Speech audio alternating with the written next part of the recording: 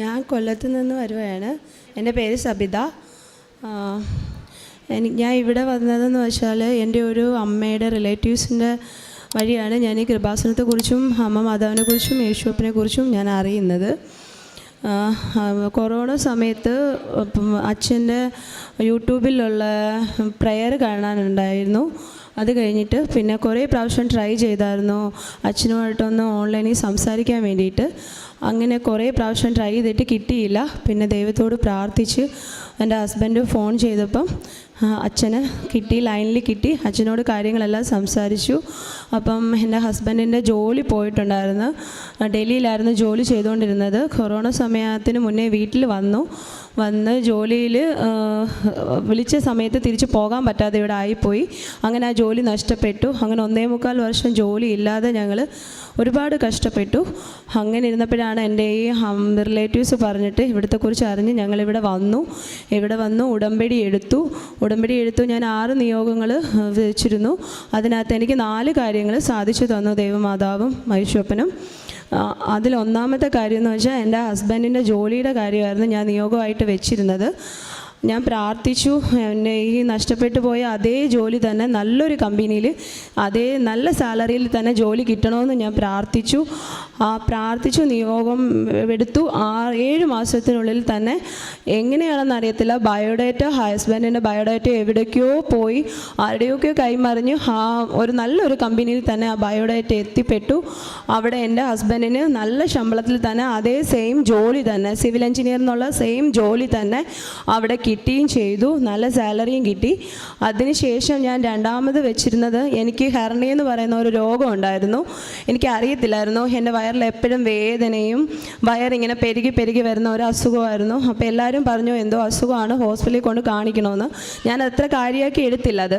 അങ്ങനെ ഒരു ദിവസം ഞാനത് ഡോക്ടറെ ഇങ്ങനെ കാണിച്ചു. എല്ലാവരും പറഞ്ഞുകൊണ്ട് ഡോക്ടറിനെ കൊണ്ട് കാണിച്ചപ്പോൾ ഡോക്ടർ പറഞ്ഞു സ്കാൻ ചെയ്യണമെന്ന് പറഞ്ഞു.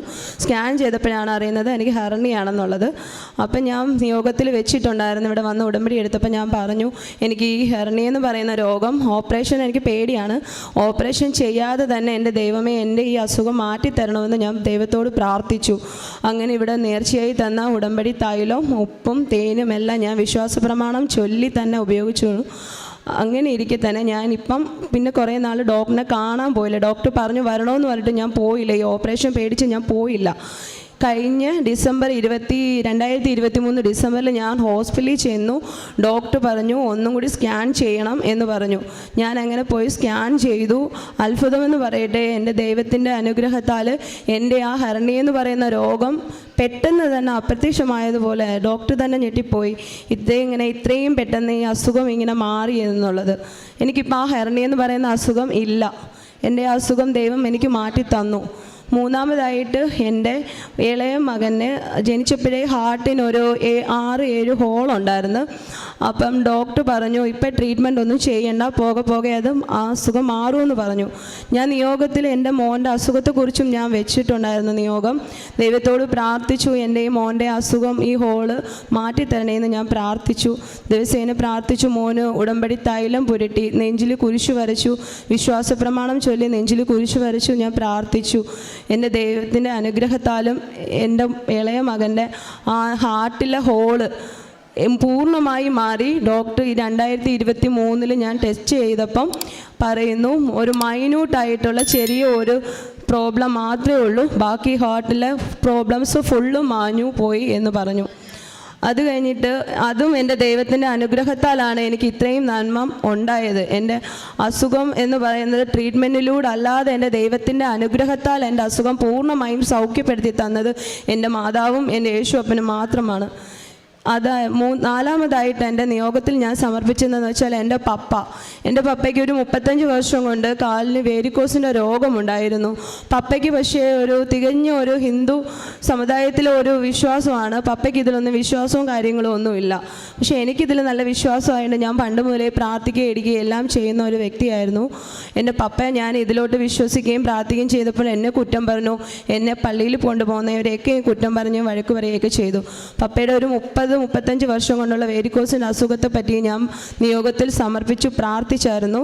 എൻ്റെ പപ്പയോട് ഞാൻ പറയും, കൂടെ സമയം കിട്ടുമ്പോഴേക്കും ഞാൻ പപ്പ അടുത്ത് ഈ കാര്യത്തിൽ പറയുമ്പോൾ പപ്പ അതത്ര വിശ്വാസത്തിൽ എടുത്തിട്ടില്ല. ഞാൻ നിയോഗം വെച്ചു, ഞാൻ എൻ്റെ പപ്പയുടെ അസുഖത്തെ കുറ്റി പറഞ്ഞു. പപ്പ എപ്പോഴും ഒരു പുച്ഛഭാവത്തിൽ സംസാരിക്കുകയും ചെയ്തിരുന്നു. എപ്പോഴും ഞാൻ ദൈവത്തോട് പ്രാർത്ഥിച്ചു, എന്തെങ്കിലും എൻ്റെ അച്ഛനെ ഇവിടെ എൻ്റെ ദൈവത്തിനെ അറിയാനുള്ള ഒരു അവസരം എൻ്റെ പപ്പയ്ക്ക് ഒരുക്കി കൊടുക്കണമെന്ന് ഞാൻ ദൈവത്തോട് പ്രാർത്ഥിച്ചു. എൻ്റെ പപ്പയുടെ കാല് ഒരുപാട് എടുത്തിട്ട് ട്രീറ്റ്മെൻറ്റ് ചെയ്തിട്ട് ഒന്നും കുറഞ്ഞില്ല. 2-3 പ്രാവശ്യം ഓപ്പറേഷൻ ചെയ്തു, എന്നിട്ടും കുറഞ്ഞില്ല. കാല് മുറിക്കേണ്ട അവസ്ഥ വരെ വന്നു. കാല് മൊത്തം വെട്ടിപ്പൊളർന്നു, കീറിയ പോലെയായി, വ്രണം ഒഴുകുകയും ചോര ഒലിക്കുന്ന പോലെയായി. അവസാനം പപ്പ കിടന്ന് ഉറങ്ങിയപ്പം ഞാൻ പപ്പ അറിയാതെ തന്നെ ഉറക്കത്തിൽ ഞാൻ ചെന്ന് കയ്യിൽ തൊട്ട് വിശ്വാസ പ്രമാണം ചെല്ലും, തേൻ പുരട്ടി കൊടുക്കുകയൊക്കെ ചെയ്യുമായിരുന്നു. പപ്പ ഇതൊന്നും അറിയത്തില്ലായിരുന്നു. അങ്ങനെ ഒരു ദിവസം പപ്പ ഉറങ്ങിക്കിടന്ന സമയത്ത് 2023 ഉറങ്ങിക്കിടന്ന സമയത്ത് പപ്പേനെ സ്വപ്നത്തിൽ കാണിച്ചു. വെഞ്ചരിക്കുന്ന ഒരു മാതാവുണ്ട്, അവിടെ നീ പോയതിന് ശേഷമേ നിൻ്റെ ഈ അസുഖം മാറുള്ളൂ എന്ന് പറഞ്ഞു. പപ്പ രാവിലെ ഉറക്കം എണീറ്റിട്ട് എന്നോട് പറഞ്ഞു, മോളെ എനിക്കൊരിങ്ങനൊരു സ്വപ്നത്തിൽ ഒരു ദർശനം തന്നു, അത് ഏത് പള്ളിയാണെന്ന് എനിക്ക് അറിയത്തില്ല, മോക്കറിയാമെന്നുണ്ടെങ്കിൽ അതൊന്ന് പറയാൻ പറഞ്ഞു. ഞാൻ അന്നേരം ഞങ്ങൾ കൊല്ലത്തായതുകൊണ്ട് അവിടെ കൈകുട്ടീശോയുടെ പള്ളിയുണ്ട്, വേളാങ്കണ്ണി മാതാവിൻ്റെ പള്ളിയുണ്ട്. ഞാൻ മുടങ്ങാതെ എല്ലാ ആഴ്ചകളിലും എനിക്ക് പോകാൻ പറ്റുന്ന ദിവസങ്ങളെല്ലാം ഞാൻ പോകുന്ന ഒരു വ്യക്തിയാണ്. അപ്പം ഞാൻ പറഞ്ഞു, പപ്പയെ ഒരു കാര്യം ചെയ്യും, മാതാവിൻ്റെ അടുത്തും കൈകുട്ടീശോയുടെ അടുത്തും ചെന്ന് പ്രാർത്ഥിക്കണം, പ്രാർത്ഥിച്ചിട്ട് അവിടുത്തെ അച്ഛനെ കാണാൻ പറ്റുമെങ്കിൽ അച്ഛനോട് ഈ കാര്യം സംസാരിക്കണം, അച്ഛനപ്പം കറക്റ്റായിട്ട് പറഞ്ഞു തരും. പിന്നെ ഈ പറഞ്ഞ പള്ളി എന്ന് വെച്ചാൽ ഞാനിവിടെ ആലപ്പുഴ പോയ പള്ളിയാണെന്ന് പറഞ്ഞു. അങ്ങനെ പപ്പ അന്ന് തന്നെ വൈകിട്ട്, ഒരു ബുധനാഴ്ചയായിരുന്നു, വൈകിട്ട് തന്നെ ചെന്നു, രണ്ടിടത്തും പോയി പ്രാർത്ഥിച്ചു. അച്ഛനെ കണ്ടു. അച്ഛനോട് സ്വപ്നത്തിലെ വിവരണം പറഞ്ഞപ്പോൾ അച്ഛൻ പറഞ്ഞു, ഇത് കൃപാസനം എന്ന് പറയുന്ന പള്ളിയിലാണ് നിങ്ങളെ സ്വപ്നത്തിൽ കാണിച്ചു തന്നത്, അതുകൊണ്ട് അവിടെ തന്നെ ചെന്ന് നിങ്ങൾ പ്രാർത്ഥിക്കണം, അപ്പം നിങ്ങളുടെ കാല് സൗഖ്യപ്പെടുമെന്ന് പറഞ്ഞു. പിറ്റേ ആഴ്ച തന്നെ ഓഗസ്റ്റിൽ തന്നെ പപ്പ ഇവിടെ വന്നു ഉടമ്പടിയൊന്നും എടുത്തില്ല. ദൈവത്തിനെ അമ്മയെ കണ്ടു, യേശുപ്പനെ കണ്ടു, പ്രാർത്ഥിച്ചു. ഇവിടുന്ന് ഒരു ഫോട്ടോയും വാങ്ങിച്ചുകൊണ്ട് പോയി നല്ല രീതിയിൽ ഇവിടുന്ന് പ്രാർത്ഥിച്ചു വീട്ടിൽ വന്നു. ഇപ്പം തികച്ച ഒരു വിശ്വാസിയാണ് എൻ്റെ പപ്പ.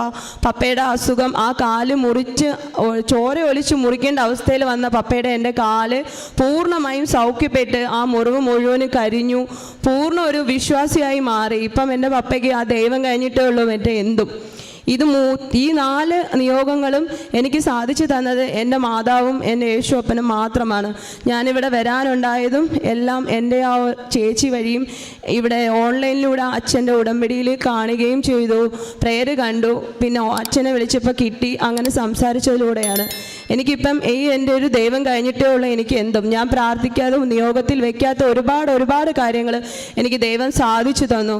അതിന് ദൈവത്തിന് 1000 നന്ദി. എൻ്റെ മാതാവിനും എൻ്റെ യേശുപ്പനും 1000 നന്ദി. ഈ ജീവിതം മുഴുവനും ഞാൻ എൻ്റെ ദൈവത്തോട് കടപ്പെട്ടവളാണ്, ഞാനും എൻ്റെ കുടുംബവും. പത്രം ഞാൻ കൊടുത്തിട്ടുണ്ട്. ഇപ്പം ഞാൻ വീണ്ടും എടുത്തിട്ട് എനിക്ക് പുതുക്കാൻ പറ്റിയിട്ടില്ലായിരുന്നു, ഞാൻ ഇപ്പോഴാണ് വന്നത്. അപ്പോൾ എനിക്ക് പത്രം കിട്ടിയിട്ടുണ്ട്, അത് മുഴുവനും ഞാൻ കൊടുത്തു തീർക്കുക. എൻ്റെ ദൈവം അതിനെ സഹായിക്കുമെന്ന് എനിക്ക് ഉറച്ച വിശ്വാസമുണ്ട്. ഒന്നും മനന്തൊന്നും വിളിച്ചപ്പോഴൊക്കെയും എന്നെ വിളി കേട്ടത് എൻ്റെ ദൈവം മാത്രമാണ്. 1000 നന്ദി, എൻ്റെ ദൈവത്തിന് 1000 നന്ദി.